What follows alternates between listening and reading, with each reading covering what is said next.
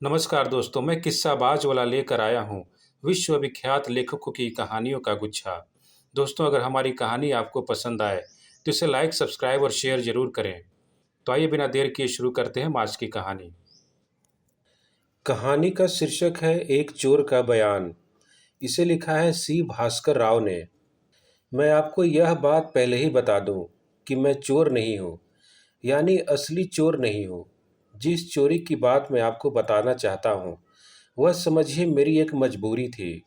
ऐसी भी कोई बात नहीं है कि मैंने पहले छोटी मोटी चोरियां न की हों, लेकिन यकीन मानिए कि जब भी की, किसी मजबूरी के तहत ही की।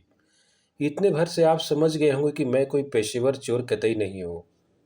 हाँ, यह बात ज़रूर मानता हूँ कि उस रात मैं असली और थोड़ी बड़ी चोरी की नीयत से ही उस घर में घुसा था।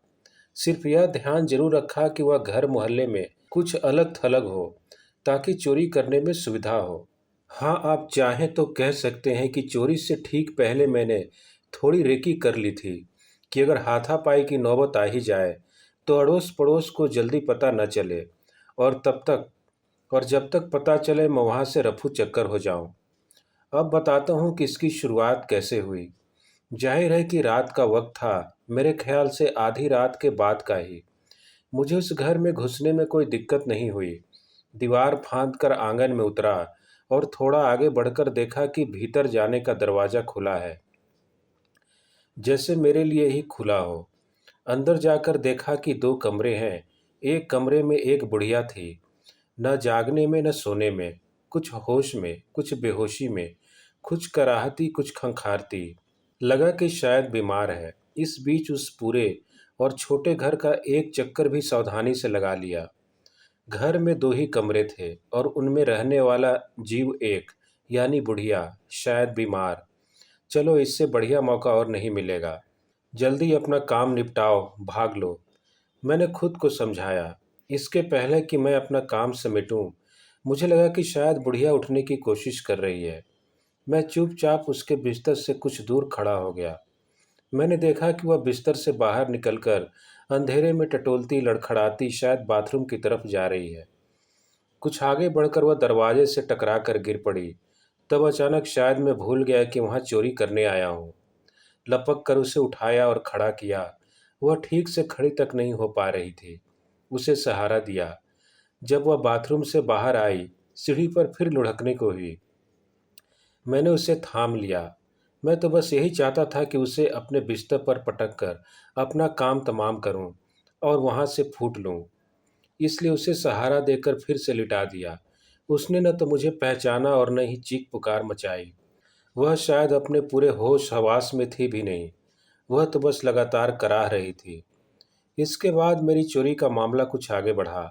इस बीच एक बड़ी सी चादर में मैंने काफ़ी कुछ समेट लिया। अच्छा बुरा, ज़रूरत गैर ज़रूरत सब। दूसरे कमरे से चादर समेटने को ही था कि बुढ़िया के कराहने के साथ किसी को पुकारने का स्वर भी सुनाई पड़ा। मैं वहां पहुंचा। वह पानी के लिए पुकार रही थी, जबकि वहां मेरे अलावा और कोई था नहीं। मुझे लगा कि इतनी सुविधा से चोरी का मौका मिल गया तो एक गिलास पानी पिला देने में क्या हर्ज है। गोया मैंने बिस्तर के पास ही पानी ढूंढकर गिलास उसकी ओर बढ़ाया। वह बिस्तर में ही कांपती सी उठ बैठी और गिलास बड़ी मुश्किल से थामने की कोशिश की, पर उसके हाथ से गिलास छूट रहा था और बिस्तर पर पानी गिरने लगा। मैंने फिर अपने हाथ से उसे पानी पिला दिया, यह सोचकर कि वहां से जाते जाते किसी प्यासे को पानी पिला देने में कोई हर्ज नहीं है। पर इधर उसने पानी पिया और उधर एकाएक उसका शरीर बिस्तर से लुढ़क कर सीधे नीचे जमीन पर आ गया। जाहिर था कि वह बेहोश हो गई है। मैं एकदम परेशान हो गया। एक नई मुसीबत, इसे कैसे पार लगाऊं। पहली और जोरदार इच्छा हुई कि तुरंत वहां से भाग निकलूं, बुढ़िया को अपने हाल पर छोड़कर। फिर लगता कि कुछ तो इसके लिए करके जाना चाहिए, नहीं तो मर जाएगी। सच कहूं तो मैं हाँ और न के बीच कुछ देर तक झूलता रहा। फिर अचानक ही तय किया कि इसे छोड़कर जाना ठीक नहीं होगा। कहीं इस बीच मर मरा गई तो खुद को भी लेने के देने पड़ सकते हैं। थोड़ा खुदा से भी तो डरना चाहिए, कल को अपना भी कुछ यही हाल हो तो। सच कहूं तो मैं खुद कुछ से घबरा गया था और कुछ खुदा से भी डर गया था। इसलिए सोचने लगा कि इस मरीज बुढ़िया के हित में क्या किया जा सकता है। उसकी बिगड़ती हालत को देखते हुए ही मुझे एक बात सूझ रही थी। उसे किसी तरह अस्पताल पहुंचा देना चाहिए, लेकिन समस्या थी कैसे। बेहतर ही होगा कि किसी तरह इस बीमार बुढ़िया को अस्पताल में पटक कर वहां से उड़नछू हो जाऊं। अब बात रही कि अस्पताल तक कैसे ले जाऊं। एक ही उपाय समझ में आ रहा था कि चौराहे तक जाकर कोई ऑटो ले आऊं और इस मुसीबत से निजात पाऊं। इतना सूझना था कि मैं सरपट दौड़ा। चौराहे पर एकमात्र ऑटो वाला ऊँघ रहा था। उसे झकझोर कर उठाया। भैया उठो। ओ भैया जी, क्या बात है?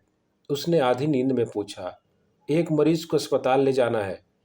कौन मरीज? एक बुढ़िया है, बहुत बीमार है। हमको माफ़ करो, सोने दो। भैया उसे अस्पताल तुरंत नहीं ले जाएंगे तो मर जाएगी। कितने पैसे दोगे? जो कहोगे मिल जाएंगे, पहले चलो तो। 100 रुपये लगेंगे। 100 रुपये? ये तो बहुत है। खैर चलो, दूंगा। वह बेमन से उठा, अपनी देह झाड़ी, ऑटो स्टार्ट किया। लगभग उछलकर मैं उसमें सवार हो गया और उसे रास्ता बताने लगा। ऑटो लेकर मोहल्ले में आया और ऑटो वाले की मदद से बुढ़िया को ऑटो में अनाहट लाद कर आनन फानन अस्पताल पहुंचा। बुढ़िया को हमने अस्पताल के बरामदे में लिटा दिया। वहां और भी कई मरीज कुछ हाल कुछ बेहाल पड़े थे। मैंने ऑटो वाले को कुछ दे दिलाकर समझा बुझाकर विदा करना चाहा। मेरे पास कुल जमा 50 रुपये ही थे, जिनसे न जाने कितने दिनों का गुजारा मुझे करना था, लेकिन वह अड़ गया। पहले ही बोला था, 100 से कम नहीं, 50 और निकालो। भैया इस वक्त मेरे पास इतने ही हैं, जल्दी में पैसे घर में छूट गए, मैं बाद में दे दूंगा। तुम मेरी हालत पर तरस खाओ, मेरी माँ मर रही है। मैंने रुआंसा होकर कहा। शायद वह तनिक पसीज गया और बड़बड़ाता हुआ चला गया।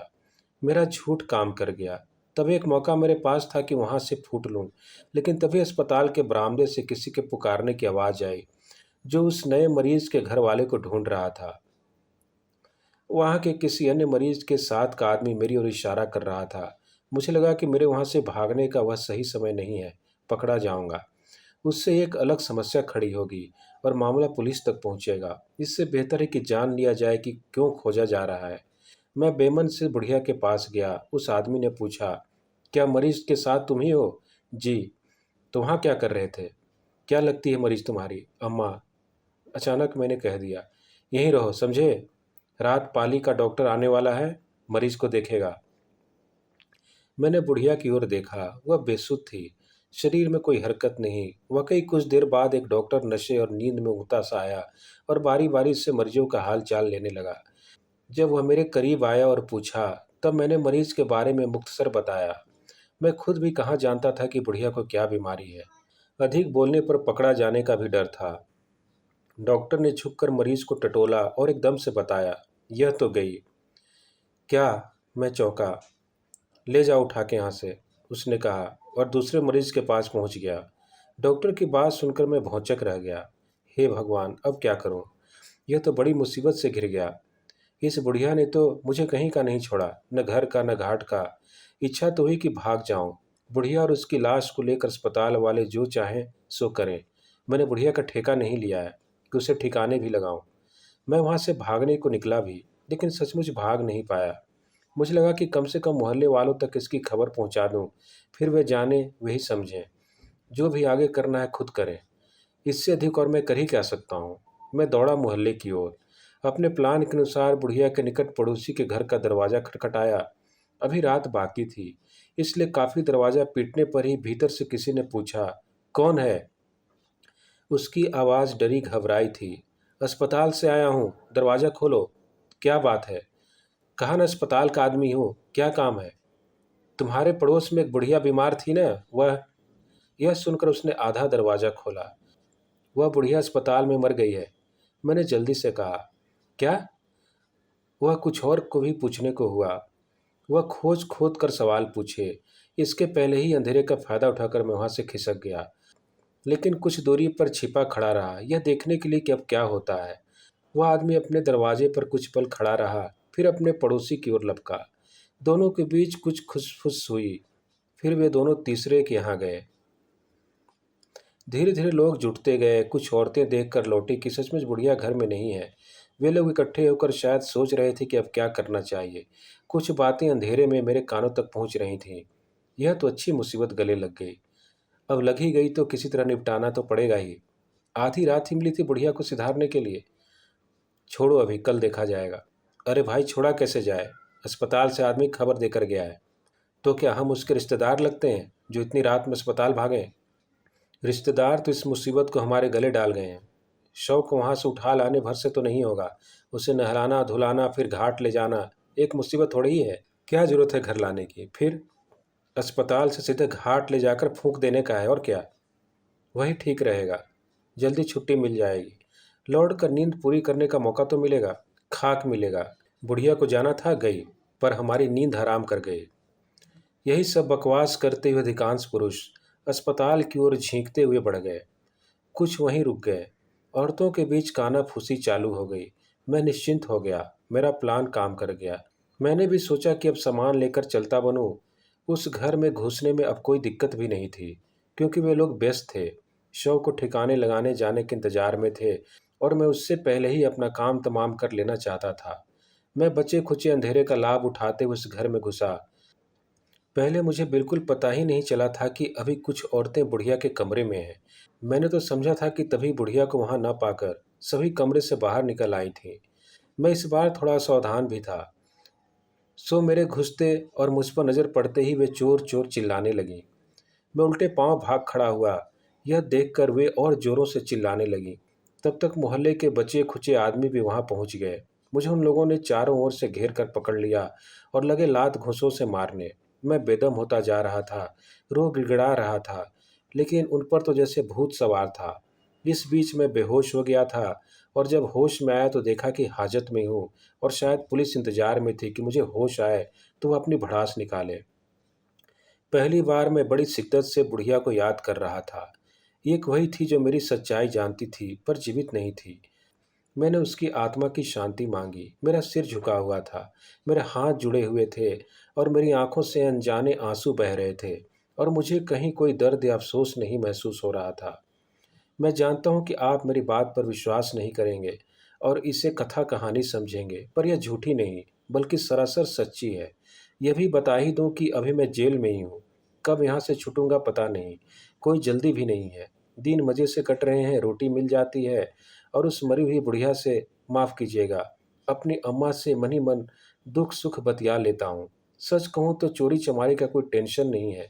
कभी कभी लगता बुढ़िया तो मर गई पर मुझे जिंदा कर गई। बुढ़िया को यानी अम्मा को मेरा सलाम। आपको राम राम। धन्यवाद।